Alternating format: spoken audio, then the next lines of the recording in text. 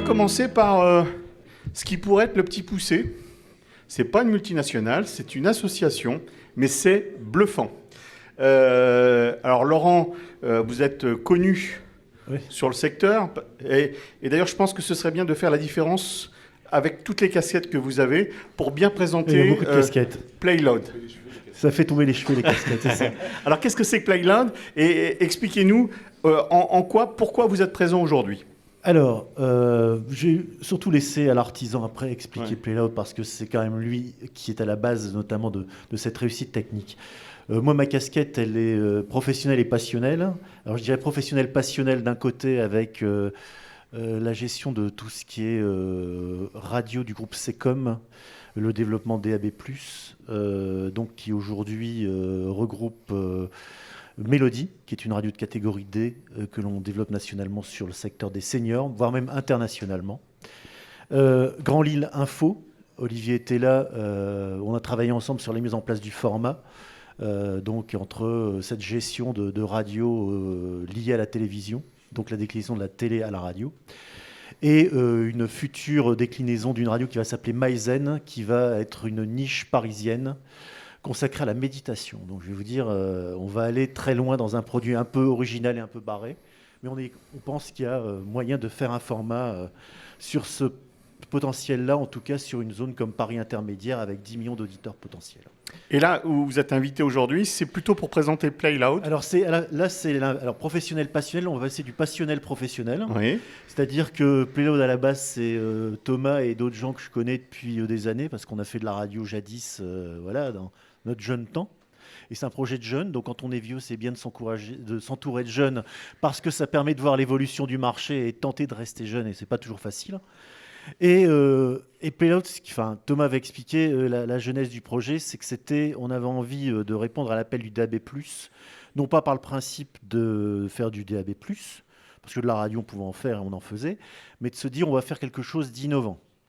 Le but, c'est de faire une radio de l'innovation, mais dans tous les sens du terme, à la fois technologique et éditoriale. Donc on s'est lancé dans cette aventure avec pas de sous, pas beaucoup. Beaucoup d'idées et ce qui nous a permis d'avancer très vite, c'est que je pense que même sans faire de grandes réunions, de grands briefings, je pense qu'on avait cette même conception naturelle à se dire on va pas faire une radio avec uniquement des animateurs qui poussent des disques et qui annoncent de l'info locale et du trafic route. Il faut aller tout de suite plus loin. Donc là, je pense que je vais laisser peut-être Thomas. Et là où effectivement on va faire intervenir Thomas, c'est le côté pas de sous. Je crois que ça intéresse pas mal de monde. En termes d'innovation, comment on peut être innovant sans avoir budget, avec une structure loi 1901, donc à but non lucratif. Vous faites de la radio enrichie, de la radio augmentée, de la visuelle radio, qui gère de la data. On parlera un petit peu plus data tout à l'heure. Ouais. Vous pouvez nous préciser le contexte du média qu'est Playload? Alors d'abord, je veux revenir sur quand il a dit on a été très vite. C'est finalement justement peut-être aujourd'hui, on donne l'impression d'aller très vite. Ça rejoint quelque chose qu'a dit Fred Gérant un peu plus tôt aujourd'hui. C'est qu'en fait, on a commencé réellement en amont. C'est-à-dire qu'on s'est dit qu'on allait créer un média qui était capable de postuler sur le DAB+. Donc en fait, le temps qui a servi à créer le dossier et à faire l'appel, on l'a aussi consacré à créer notre radio en amont.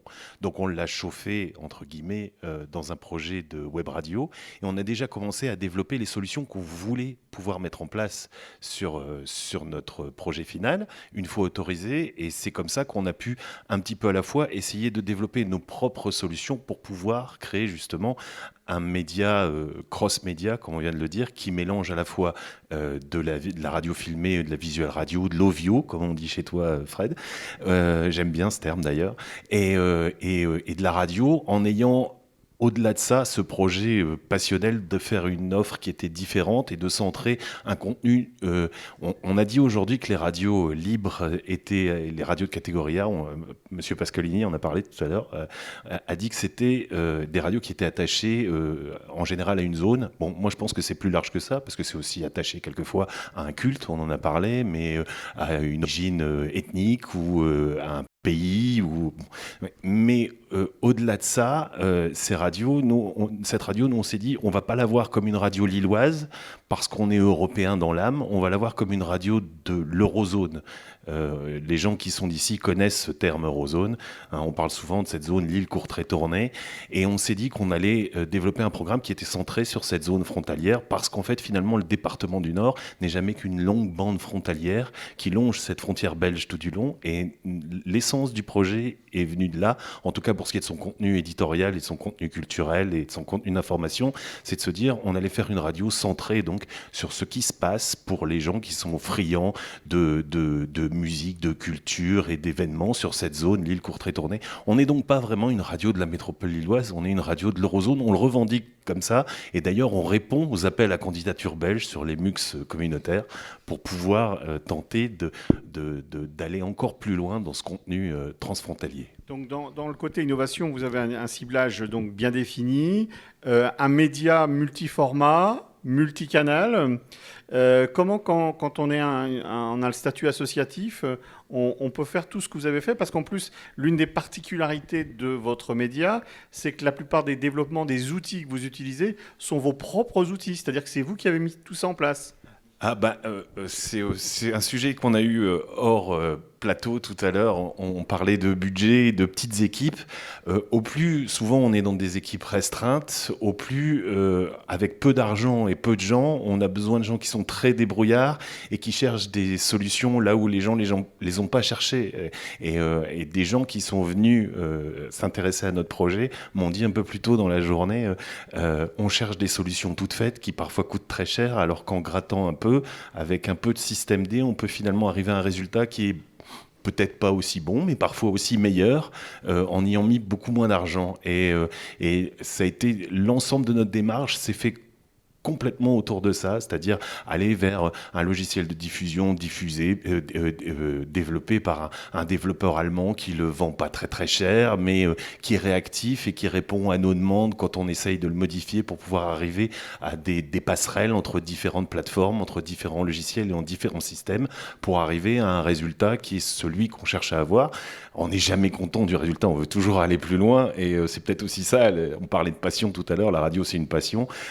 Si vous trouvez déjà que le résultat est bluffant, qu'est-ce que ce serait si on était arrivé à faire tout ce qu'on voulait faire? Alors, c'est vraiment... Moi, j'ai vu un petit peu ce qu'ils ont fait. Je vous invite à le faire. Malheureusement, il n'y a pas beaucoup de temps. Il y a beaucoup d'interlocuteurs autour de cette table ronde. Où est-ce qu'on peut vous voir et comment on peut vous écouter et vous regarder? Alors, on peut nous écouter et nous regarder sur le web, évidemment. Sur quelle adresse? Playloud.fr et aussi playloud.be. C'est vous dire si on a vraiment une approche transfrontalière de notre projet.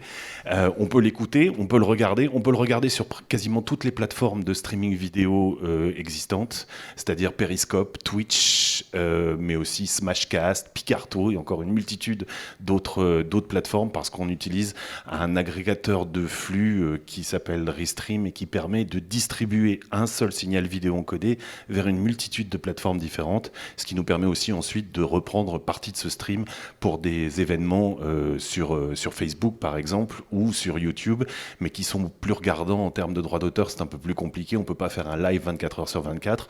Par contre, sur ces autres plateformes, le programme est en live. Alors on a le programme audio de Playloud, on y ajoute, quand les animateurs sont en live, une prise de vue audio du studio avec un système qui switch automatiquement sur les différents intervenants, une passerelle qu'on a développée entre plusieurs logiciels pendant les mois où on était en cours de mise en place. Et on y ajoute aussi certaines vidéos, alors soit des vidéos de promo qui nous concernent, mais aussi des vidéos d'illustration et aussi des vidéos musicales désormais avec une passerelle qu'on est en train de mettre en place, là encore avec des développeurs hollandais qui ont développé une passerelle très très intelligente qui permettent de diffuser des vidéos musicales synchronisées avec notre flux audio, mais totalement indépendamment.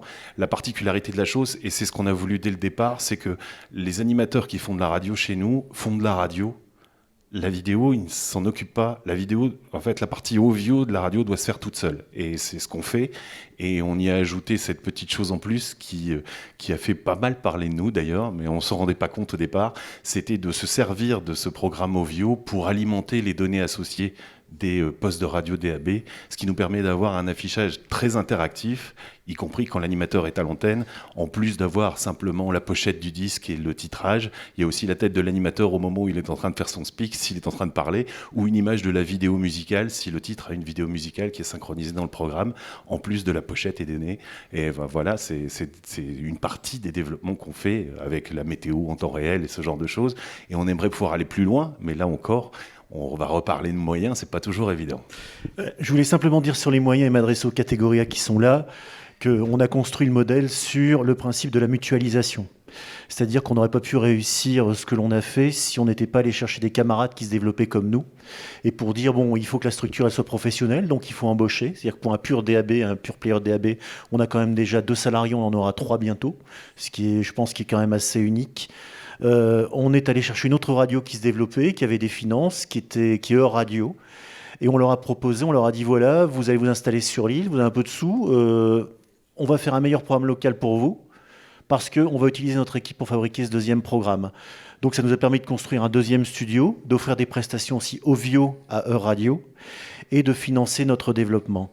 Et notre objectif sur Playloud est de ne pas en rester là, puisqu'on a fédéré là autour de nous une dizaine d'opérateurs qui trouvent que notre expérience est sympa et qui sont de la région Nord-Pas-de-Calais, parce qu'il va falloir de la puissance pour trouver des idées, pour générer des revenus. Un petit clin d'œil à Michel. Et je pense qu'avec cette puissance, on va mettre cette conception Ovio à disposition et on va amener d'autres opérateurs de catégorie A à muter dans le sens qui est le nôtre et à mutualiser ensemble pour faire mieux et générer des revenus qui vont permettre à nos radios de continuer leur développement et donc à Playloud. Beaucoup d'intelligence, beaucoup d'innovation dans tout ça. Vous parlez beaucoup d'Ovio. Je vais faire intervenir Fred Gérant. Comme vous le connaissez un peu puisqu'il s'est présenté ce matin, il représente le service public belge au niveau des radios. Francophone. Francophone, hein, il faut toujours le préciser, effectivement. Ovio, c'est quoi exactement ? En fait, ça n'a rien à voir. Je découvre leur Ovio. Nous... Non, l'outil. Mais c'est vous qui l'appelez comme ça ou parce que c'est toi, l'Ovio. Mais non, Ovio, nous, c'est le nom de notre plateforme. Oui, parce qu'il parle tout le temps d'Ovio, donc c'est parce que ce terme est tellement ce terme est tellement générique qu'en fait, il est hyper fonctionnel. On a beaucoup utilisé Visual Radio, mais finalement Ovio, c'est d'une. C'est pas mal. Voilà, c'est en train de devenir un terme générique. Donc je dois demander des royalties en fait. Éventuellement, ouais. Non, c'est là où d'ailleurs donc il y avait une certaine un truc qui n'était pas très clair. Ovio, c'est le nom de notre plateforme d'audio et de vidéo à la demande. Et que on a dépassé la frontière. Et pourquoi on t'a invité à cette convention, c'est que la RTBF est très innovante, peut-être parce que c'est un plus petit pays, mais c'est vrai qu'il y a eu des expériences extrêmement intéressantes ces dernières années, et que vous avez monté une plateforme donc, qui fait référence, y compris chez Playloud, qui s'appelle Ovio. Alors Ovio, c'est quoi exactement ? Au départ, c'est que voilà, on sait qu'il fallait qu'on ait aussi, nous aussi, sur un petit territoire, mais comme on est un grand acteur, une plateforme de... Alors d'abord, la priorité du groupe, voilà, ça me fait mal de le dire, mais c'était la vidéo à la demande, parce qu'on est aussi un groupe de TV, donc c'était d'abord le replay TV, et puis d'eau à la demande. Quand ça a été monté, Ovio, on n'était pas en plein boom de l'audio comme on le vit aujourd'hui, parce que je pense que le projet a commencé en 2015, et on a commencé à parler de boom de l'audio, on le dit chaque année, mais réellement en 2016. Et donc, nous, en tant que gens de radio, on s'est dit, oulala, on va se faire bouffer par la TV. Et on était en pleine réflexion à ce moment-là aussi sur la radio filmée, ou la radiovision, on l'appelle comme on veut. Donc en fait, on a poussé la radio filmée assez loin, pour avoir une existence, pour que la radio puisse exister au sein de notre propre plateforme. En fait, moi, je ne suis pas convaincu par la radio filmée, mais pas du tout, en fait, parce que montrer quelqu'un dans un studio, moi, je ne comprends pas l'intérêt, mais peut-être que ça intéresse un certain public. Donc, bon, ça existe. Par contre, c'est un intérêt d'avoir de la radio filmée pour exporter du contenu sur les réseaux sociaux, ou alors quand on fait de l'hybridation radio-TV, comme on le fait sur un programme entre Vivacité et la Une TV chez nous, où là, en fait, vous pouvez regarder la TV sans vous dire que c'est fait par des gens de radio, et vous pouvez écouter la radio sans vous dire qu'il vous manque les images. Un commentaire ? Et il y en aura après. Ça veut dire qu'à travers cette plateforme, vous laissez le choix à vos consommateurs de consommer ce qu'ils veulent, de l'audio, de la vidéo. Est-ce que ça veut dire que l'avenir du média, qu'il soit radio ou TV, ça passe obligatoirement par des plateformes? Alors, sur la TV, je ne m'exprimerai pas parce que je ne suis pas du tout expert. Oui. Sur la radio, moi je considère que l'audio, c'est vraiment un écosystème ultra vaste. Donc il y a l'audio linéaire, la radio comme on l'a fait aujourd'hui, le flux, qu'il soit musical ou parlé. Pour moi, il existera toujours. Pourquoi ? Parce que l'être humain est quand même déjà un gros feignant. Et donc, je pense que vous l'avez tous essayé, vouloir faire une playlist sur Spotify, vouloir commencer à se faire sa propre radio à partir de contenu on demand, c'est un peu de taf quand même. Voilà. Et puis quand l'algorithme le fait pour vous, c'est jamais vraiment ultra satisfaisant. Donc finalement, la radio, c'est quand même cool parce qu'il y a des gens qui le font pour vous. Et puis comme je le disais ce matin sur le DAB+, l'avantage, c'est qu'une offre grâce au DAB+, une offre de radio qui devient plus importante qu'en FM, en tout cas sur mon territoire. Du coup, ça laisse encore plus de choix de zapper, donc ça redonne de la valeur à la radio dite linéaire. Voilà. Donc ça, je pense que ça existera toujours. Et puis, il y aura forcément des gens qui voudront un truc ultra custom. Voilà. Donc, nos contenus, il faut qu'on les design aussi pour ces types d'usages-là. Et donc là, dans l'audio à la demande, moi je fais pas mal de petits silos, parce que derrière le mot podcast, je pense que... Alors, il faut savoir si le mot podcast est celui qui résonne le plus dans la rue. Voilà. Peut-être que c'est le mot le plus parlant pour les gens qui sont nos consommateurs, nos usagers. Mais moi, je fais une distinction entre le replay streamé, donc vraiment la possibilité de revenir dans le temps sur de la radio qui était live, voilà, et donc retour dans le passé, avec un système de timeline. Après, il y a ce que j'appelle le podcast issu du broadcast. Donc ça veut dire que je reséquence des moments d'antenne, mais je les rééditorialise, je les réédite pour qu'ils deviennent un peu intemporels et donc consommables à n'importe quelle heure et à n'importe quel jour, voilà, qu'il n'y ait plus de lien avec le temps comme la radio. Voilà, la radio, c'est de la temporalité permanente. Et puis après, il y a ce dont on parle énormément, le podcast natif, voilà, la création audio faite d'abord pour le digital. Ça, j'y crois, mais j'y crois pas économiquement. Voilà, pour l'instant. Et donc, je rajoute une petite couche supplémentaire. Et ça, il y a énormément de pédagogie à avoir auprès des équipes radio. C'est ce qu'on pourrait appeler le reverse podcasting. C'est-à-dire, plutôt que de mettre à la demande quelque chose qui vient du broadcast, c'est créer dans le digital, donc de l'audio digital, fait pour un usage à la demande, mais s'en servir aussi dans nos grilles de programme. Parce que économiquement, ça vaut le coup, parce que le podcast natif, c'est quand même produire avec le risque auditeur zéro. On ne peut pas se le permettre. Et une antenne dite linéaire, c'est quand même une vitrine énorme. On s'adresse à des centaines de milliers de personnes en même temps. Et donc, c'est une surface de promotion formidable pour justement éduquer les gens à l'audio à la demande. Voilà, on fait ça à la demande, c'est disponible. Telle série de 10 épisodes est disponible dès maintenant sur Ovio, notre plateforme, mais on vous en sert soit un extrait, soit l'intégralité. Enfin, après, tout se design en fonction du contenu. Mais donc, pour moi, c'est un écosystème qui est beaucoup plus vaste que radio, podcast. Et surtout, beaucoup, j'entends souvent qu'on les met en opposition. Moi, pas du tout. Pour moi, c'est totalement complémentaire. Voilà. Merci Fred. On va rester en Belgique. Puisqu'on parle podcast, on va parler avec Arik Azoulay, si on peut lui donner un micro. C'est monsieur Podcast avec Lilycast. La possibilité de faire simplement du podcast, c'est ça ? Alors là, pas vraiment. Bon. Pas vraiment. Il y a beaucoup de choses dans ce qui a été dit ici, ce qui a été dit qu'on va retrouver. Je vais vous donner d'abord la conclusion, puis je reviendrai comment on est arrivé à ça. La conclusion, c'est qu'aujourd'hui, un de nos clients historiques, qui emploie royalement 2 personnes, full-time, mais qui gère quand même une 60aine de chroniqueurs, de bénévoles, une vraie radio communautaire, associative, dans toute sa splendeur, réussit à générer 1500 capsules de contenu éditorialisé, c'est-à-dire de parties d'émissions qui sont indépendants en tant que telles, et à les publier sur les différentes plateformes sociales et à générer une audience en centaines de milliers de vues et à avoir au final aujourd'hui une audience digitale qui est supérieure à une audience FM.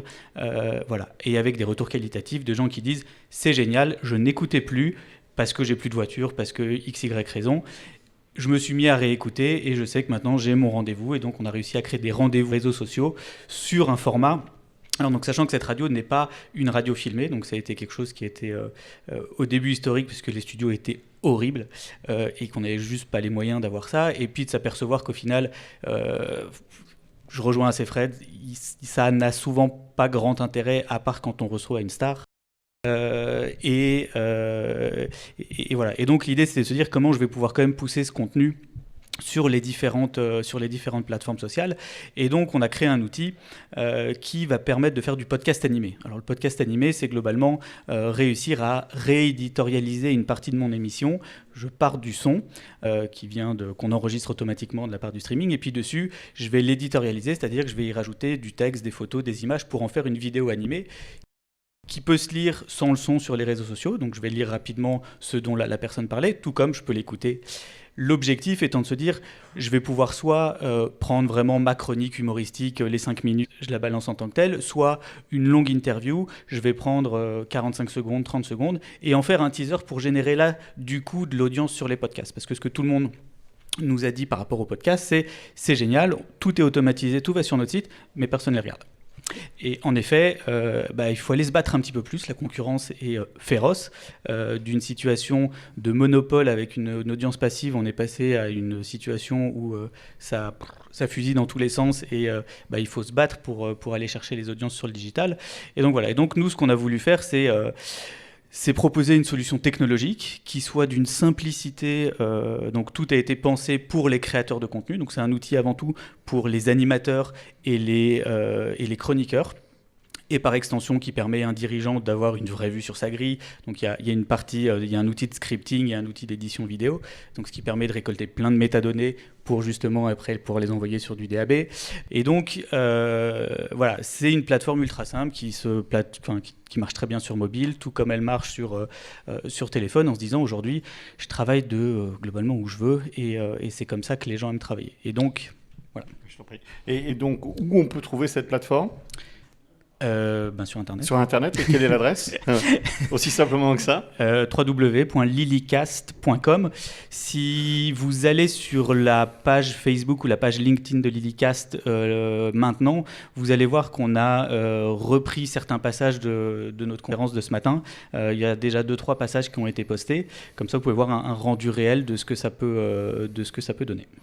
Voilà, donc encore une nouvelle plateforme à découvrir, encore un régional de l'étape. Je vais m'adresser à Jean-Luc, c'est peut-être toi le plus proche d'ici. Okay. Donc toi, tu représentes une multinationale maintenant, si j'ai bien compris. Faut peut-être pas exagérer. Non, c'est le roi de la data, le roi de la donnée associée, qu'on connaît beaucoup au sein des Indés Radios, puisqu'il y a un partenariat notamment entre Music Story et les Indés Radios pour tout ce qui est affichage de données associées. Mais ta société dépasse très largement l'Hexagone. Oui.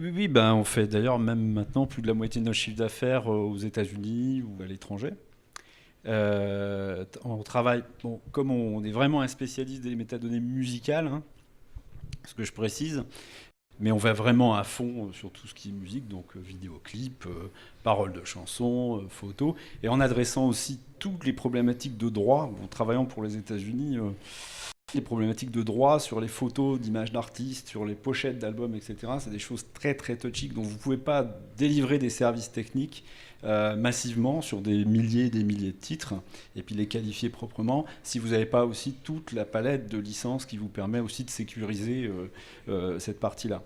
Donc nous, on travaille beaucoup pour les plateformes. On est le fournisseur de métadonnées de musique de Deezer, de Napster, de Qobuz. Mais on est assez proche de la filière musicale, on travaille pour le Snap, les publishers français, et du côté des médias, on travaille pour Énergie, RTL, donc les Indés Radios, comme tu as précisé. Et aux États-Unis, alors peut-être vous connaissez des intégrateurs type Xperi, DTS, pour les solutions automobiles, et puis des groupes de radios digitaux comme Bard, je suis sur Chicago, etc. Donc on gère nous-mêmes une base de données de 16 millions de titres, hein, donc tout qualifié, mis à jour, avec une couverture qui va de l'Asie du Sud-Est jusqu'à l'Amérique latine. Donc on a ici à Lille, on a une dizaine de personnes, mais on a des gens qui bossent pour nous au Vietnam, en Amérique latine, pour sourcer, parce que vous imaginez bien que la gestion des catalogues et des priorités, c'est tout un travail fourmi pour aller savoir quel titre est important dans tel pays et qu'est-ce qu'il faut et comment s'orthographie en idéogramme japonais tel artiste pour avoir toutes les métadonnées prêtes et comme ça elle est délivrée de façon par des services techniques un peu dans le monde entier avec une API ou avec des services de livraison comme on peut faire, voilà. Mais on travaille aussi, je vous rassure, parce que je ne veux pas vous faire peur, on travaille aussi pour plein de petites radios qui souvent on a même des partenariats avec des acteurs bien connus des outils que vous utilisez pour construire vos programmes. Donc souvent, on pense à nous quand la base de données qui fait 6000 titres, elle n'est pas très propre et que d'un seul coup, il faut rajouter... Parce que le digital arrivant, maintenant, il faut de la donnée de plus en plus propre. Il faut savoir aller accrocher assez facilement des vidéoclips, je sais pas, des paroles de chansons, tout. Ça, avec une base de données de qualité un petit peu moyenne, c'est difficile. Donc, on fait un peu leur qualité des bases de données en détresse, si vous voulez. Donc, au début, on était parti sur des abonnements, des choses comme ça, mais finalement, ce qui marche très très bien, c'est les gens nous envoient 6000, 10 000 titres. Nous, on utilise tous nos process de matching, d'enrichissement, de qualification, puis on renvoie toutes les bons artistes, les bons ISRC pour faire les bons reporting, eh oui. Voilà, et ce genre de données, quoi. Voilà. Merci Jean-Luc, je pense que c'est intéressant de mettre un coup de projecteur sur cette société des Hauts-de-France. Je vais m'adresser à Stéphane Renaudin, directeur de développement de Saouti. C'est une autre plateforme, c'est une autre façon d'innover, de faire de la radio, de la visual radio, de la radio enrichie, avec un système où en fait vous vous occupez presque de tout. Oui, absolument. Alors en fait, nous, assez clairement, on est un acteur de rupture. On a parié sur la totalité des outils, à la fois de production, de diffusion, de partage et de distribution. Et cela dès notre naissance, il y a une dizaine d'années. Donc on a été, on va dire que on a été assez radical, on est assez radicaux dans notre approche. L'idée étant de servir des plateformes tout en un, dans un modèle complètement as a service, à des gens qui veulent intégrer l'audio dans leur stratégie éditoriale, avec une forte volonté d'intervenir en tant que, dans une logique de cross-canal, où effectivement l'audio va aller apporter sa complémentarité à d'autres canaux déjà en place, en cours de mise en place. Évidemment, on intègre des fonctions de radio filmée, mais comme tu le soulignais assez justement tout à l'heure, finalement, les gens qui ont déjà une expérimentation forte en termes de vidéo recherchent dans l'audio plutôt justement les qualités intrinsèques de la radio finalement et de l'audio, l'appel à l'imaginaire, hein, l'intimité. Et donc, on est plutôt dans une logique d'intégration forte pour servir des stratégies éditoriales, on va dire, complexes, et qui vont au-devant, et c'est là où on va rejoindre la thématique du titre de la table ronde, pour aller chercher l'audience là où elle se trouve, quoi. Et effectivement, les gens qui nous font confiance et qui adoptent notre plateforme, à la fois cherchent des outils de production, effectivement, faciles d'accès depuis un navigateur, y compris des studios virtuels, qui permettent de faire du live, qui permettent de faire de l'interactivité, des multiplex, voilà, toutes ces fonctions-là, du chapitrage, toutes ces fonctions-là sont évidemment intégrées, toutes des grilles de programmation, évidemment. Mais ils cherchent aussi des capacités de diffusion sur de multiples supports, dans des modes synchrones, asynchrones, dans des modes podcastés ou pas, alors sur les réseaux sociaux, bien sûr, sur les plateformes de streaming, sur les assistants vocaux, sur n'importe quel type de dispositif web, avec des outils de partage multiformat, soit totalement automatisés, soit où on peut diffuser tout ou partie de ce contenu sur tout un ensemble de sites de partenaires ou d'applications mobiles. Et on peut délivrer soit des solutions tout en un, comportant l'ensemble du dispositif digital classique, le site de diffusion, les applications mobiles et l'ensemble des outils intégrés, soit également sous la forme d'API. qui permettent à des gens qui sont déjà assez avancés dans leur transformation digitale, finalement, d'intégrer des fonctions complémentaires qui leur permettent d'agréger l'audio avec tout ce qui permet de faire de la radio un peu comme une grande, on va dire. Et en fait, votre site intéresse déjà d'ailleurs des médias traditionnels, puisque depuis quelque temps, vous êtes devenu une filiale de Ouest France. Oui, tout à fait, oui. Oui, c'est un grand virage, oui, parce qu'effectivement, les premiers grands clients, finalement, d'abord été les grandes entreprises qui se sont intéressés à l'audio à des fins de communication, alors communication interne, tout à l'heure Michel le rappelait, à des fins de communication de marque également, de plus en plus.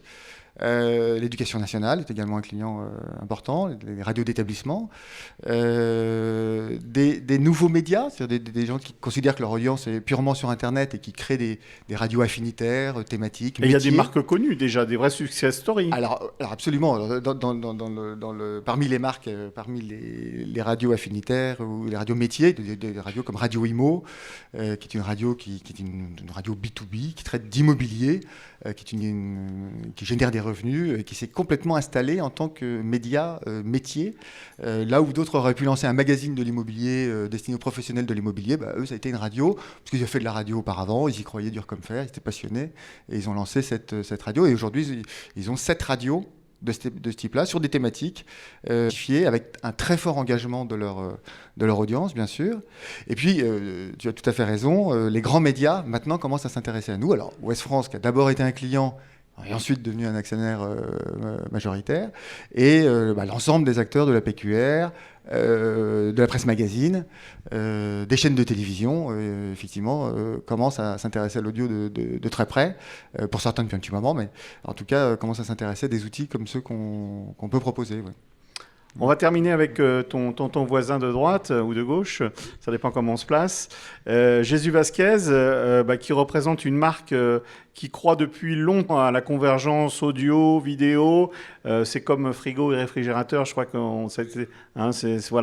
c'est la marque WinMedia, qui elle aussi est une marque française à la base, contrairement à ce que son nom pourrait indiquer, qui est devenue une multinationale et qui est largement utilisée par des radios, des télévisions, puisqu'on peut passer du Win Radio au Win TV. C'est construit de la même manière, avec des solutions qui sont de plus en plus innovantes, et notamment Win Media peut aussi être utilisé à distance aussi, de plus en plus.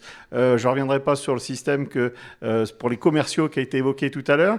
Est-ce que tu peux quand même, en quelques mots, la solution WinMedia pour ceux qui ne la connaîtraient pas encore, et quels sont les grands chantiers innovants de WinMedia ? Non, je pense qu'il faut bien parler. Allô, oui. Voilà. Donc, je ne vais faire que répéter ce qui a déjà été dit, vraiment. Donc, on fait de l'audio, on fait de la vidéo, on fait de la radiovision.